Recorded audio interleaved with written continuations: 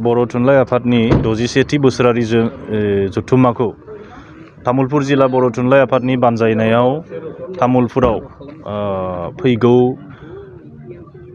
11, 12 आरो 13 खालाराव जों खुंनो गोनांमोनब्लाबो दिनै आसाम सरकारनि जि SOP सोलिगासिनो दङ बेखौ नोजोर होनानै दिनै बानजाय आफादजों सावरायफिननाय जादों आरो मिरु बर' थुनलाइ आफाद आरो बानजाय आफादनि सावरायनाय बायदियै जोङो बर' थुनलाइ आफादनि 61थि बोसोरारि जथुम्माखौ फेब्रुवारि दाननि सोलायै मार्च दाननि 9, 10 आरो 11 खालाराव खुंनायनि थाखाय दिनै थांखि आजावनाय जादों आरो दिनै नोंथांमोननि गेजेरजों जोङो गासै जिल्ला आफाद आरो गुदि बर' थुनलाइ आफादनि दैदेनगिरिफोरनिसिम आरो रायजो राजाफोरनिसिम मिथिहोनाय जायोदि बर' थुनलाइ आफादनि 61थि बोसोरारि जथुम्माखौ थांखिनाय खालारनिफ्राय एसे फावसायनानै मार्च दाननि 9, 10 आरो 11 खालाराव खुंनायनि थांखि लानाय जादों।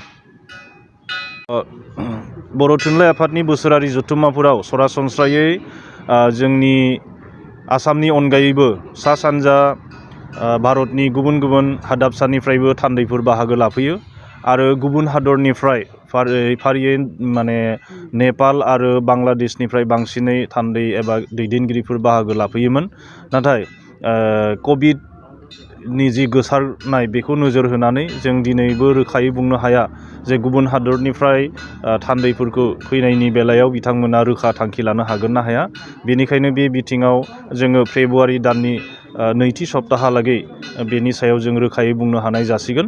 थेवबो आसा खालामदों जोंनि बे हाबाफारियाव सा सानजा हादाबसानि गुबुन गुबुन थान्दै आरो दैदेनगिरिफ्रा बाहागो लानो हागोन। আমি বর্তমান প্রাকৃতিক যেটো আমার পৃথিবীর কারণে এটা দুর্যোগ বুলি ক'ব লাগিব কাৰণ আমি করোনাৰ যেটো কোভিড-19ৰ যেটো সংক্ৰমণ এই সংক্ৰমণৰ হাৰটো যেহেতু আমাৰ মানৱ স্বাস্থ্যৰ লগত জড়িত আৰু যেটো আমাৰ বড় সাহিত্য সভা হ'ল জাতীয় এটা অনুষ্ঠান আৰু বড় সাহিত্য সভাৰ এই কেন্দ্ৰীয় অধিৱেশনটো আমি তামুলপুৰত 87ৰ পিছত সুচাৰুৰূপে পালন কৰাৰ কাৰণে আমাৰ যি দায়িত্ব আহি পৰিছিল সেইটো আমি অহা 11, 12, 13 ফেব্ৰুৱাৰীত আমি কৰাৰ কাৰণে সিদ্ধান্ত লৈছিলোঁ RCA অভ্যৰ্থনা সমিতিৰ পৰা। কিন্তু অমিক্ৰণৰ পৰিপ্ৰেক্ষিতত বা আমাৰ কোভিড-19ৰ পৰিপ্ৰেক্ষিতত বাক্সা জিলাৰ DC যেটো কোভিড প্ৰটকল দিছে সেইকাৰণে আমি হঠাৎ SOPৰ কাৰণে যেহেতু SOPৰ নিয়মটো আমি বাধ্যতামূলকভাৱে পালন কৰাটো উচিত কাৰণ আমাৰ মানৱ স্বাস্থ্যটো আমি সুৰক্ষিত কৰিব লাগিব আৰু জাতীয় অধিৱেশনটো সেইকাৰণে আমি আজিৰ এই সভাৰ জৰিয়তে কাৰ্যকৰী সভা আৰু আমাৰ কেন্দ্ৰীয় সমিতিৰ বড় সাহিত্য সভাৰ কেন্দ্ৰীয় সমিতিৰ সভাপতি সম্পাদক প্ৰমুখ এই কেন্দ্ৰীয় সমিতিৰ বিষয়ববীয়াসকল উপস্থিত আছিল আৰু আমাৰ BTCৰ চিফ প্ৰধান প্ৰমোদ বড়োদেৱো আছিল। গতিকে তেখেতসকলৰ মানে পৰামৰ্শ মতে আমি অহা দিনবিলাকত যেহেতু অমিক্ৰণৰ সংক্ৰমণটো কিছু থাম কাটিব পাৰে আৰু সেইটো লক্ষ্য ৰাখি আমি অহা মেট্ৰিক পৰীক্ষাৰ আগতে আমি 9, 10, 11 মাৰ্চত অনুষ্ঠিত কৰাৰ কাৰণে আজি সিদ্ধান্ত লোৱা হৈছে। আশা ৰাখিছোঁ ওপৰৱালাৰ ওপৰত আমাৰ নিৰ্ভৰ কৰিব ভগৱানে যাতে আমাক এই মানে অধিৱেশনটো কৰাত যাতে আমাক মানে সহায় কৰে তালৈ ভগৱানৰ প্ৰতি আমাৰ অশেষ মানে প্ৰাৰ্থনা থাকিল। ৰাইজৰ সহযোগ আমি অবিহনে এইটো সম্পূৰ্ণ কৰিব নোৱাৰোঁ। ৰাইজৰ দান বৰঙণি তথা সহায় সহযোগ তেখেতসকলৰ আশীৰ্বাদ আমাৰ চিৰধাৰ্য। সেইকাৰণে আটাইৰে সহযোগ কামনা কৰি আমি অভ্যৰ্থনা সমিতিৰ পৰা আবেদন জনাইছোঁ যাতে তামুলপুৰৰ সন্মানটো আমি ৰাখিব পাৰোঁ।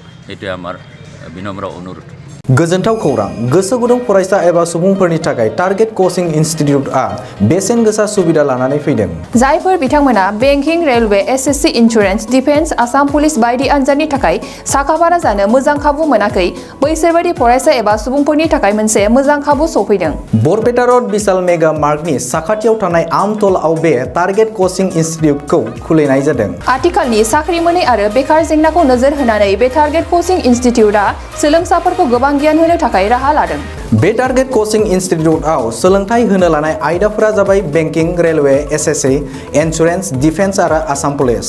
जायफोर सोलोंनो गोसो गुदुं बिथांमोना टारगेट कोचिं इनस्टिट्यूटआव मुं थिसननो एबा गोबां मिथिनो थाखाय 8134097059 एबा 8638961177 जानबुं नाम्बाराव जगाजग खालामनो हागोन।